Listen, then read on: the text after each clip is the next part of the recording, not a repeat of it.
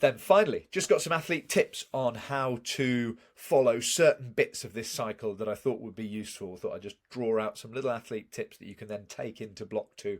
You maybe have done the work in block 1, well, how can we do it even better in block 2? So, like we said, for our strength work, for our squat cycle, the combo quality of strength and endurance has considerable variance from athlete to athlete.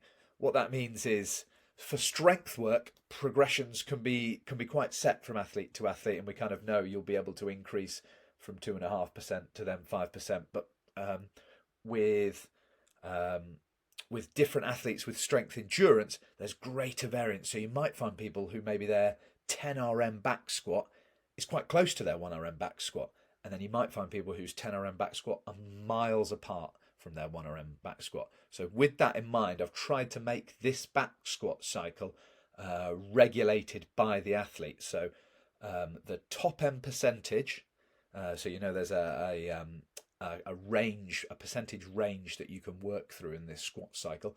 The top end percentage increases slightly by 2.5%, but the bottom end percentage stays the same. So if we were doing those squat clusters where I would do 6 squats, rest, 6 more squats, rest, 6 more squats, and then rest a longer period, there's a chance I only managed to do 2 of the 3 sets the first time round.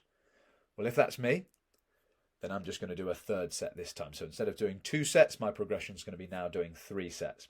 There's also a chance that I managed to hit all 3 sets at this top number here, at this very top percentage. Well, then I'm going to increase by 2.5%, and I'm going to hit the next 3 sets at that. And then there might be a chance that I'm somewhere in between. Maybe I hit the first set at the bottom percentage, then the middle, and then the top percentage. Well, then maybe I can hit 2 sets at this percentage and increase from there, okay? I wanted it to be a progression that athletes could really regulate themselves by their own experience of doing this squat cycle. Hope that makes sense. Then with our conditioning, our low skill mixed cycle work, the purpose of this program is to build volume of continuous mixed aerobic capacity work. So that just means I'm working constantly for, say, a 5-minute period. I'm not stopping for that 5-minute period. In CrossFit, in kind of CrossFit Metcons, often there are points where we do have to stop. We're not just going continuously for 5 minutes. Maybe I get to the bar muscle ups, I have to rest 15 seconds before I can rest. So maybe instead of working continuously for 5 minutes, there's been a 15-second pause here and then a 15-second pause here as I was working away. Whereas in this cycle, we don't want those rest periods. We want to work for the whole time.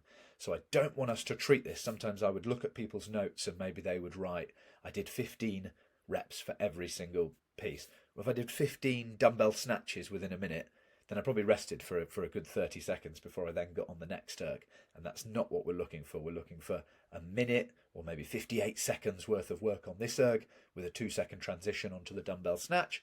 And then I work for another 58 seconds with a 2-second transition and so on. So I'm working for that whole 5-minute period. And the only time I rest is that tiny period between finishing the rower and picking up the dumbbell, or then putting down the dumbbell and getting on the bike. Don't want us to treat this like 40 seconds on, 20 seconds off, like maybe our classic EMOM. This is one where we're just trying to work for 5 minutes. If we think about it like a run, if I sent you on a 5-minute run, and rather than do a 5-minute run, you ran for 40 seconds, stopped for 20 seconds, ran for 40 seconds, stopped for 20 seconds. It'd be a very different stimulus than just a straight out 5-minute run. And what we're looking for here is the stimulus that we would get from a straight out 5-minute run. So that aerobic capacity stimulus. So try and remember that. If you haven't been doing that, try and bring that into this block and nail the pacing and nail the stimulus and the format for that. Then with our skill work, we've got our high skill Saturdays, haven't we, where there's some real high skill variations in there. Often we've got some different handstand variations or some challenging gymnastic variations. Utilize Circle on these days, okay? We have an app called Circle that I'm sure most of you guys are on and are familiar with. And we've got some world-class coaches on there who can provide you with feedback, whether that be filming yourself doing one of the particular skills, or whether that be just messaging on Circle and being like, could we have a technique tip video on X skill? Utilize it, because the athletes who progress are the ones who use everything that's an offer to them to improve. Don't just rely on your own self in your corner and Instagram. You can use us, so definitely do.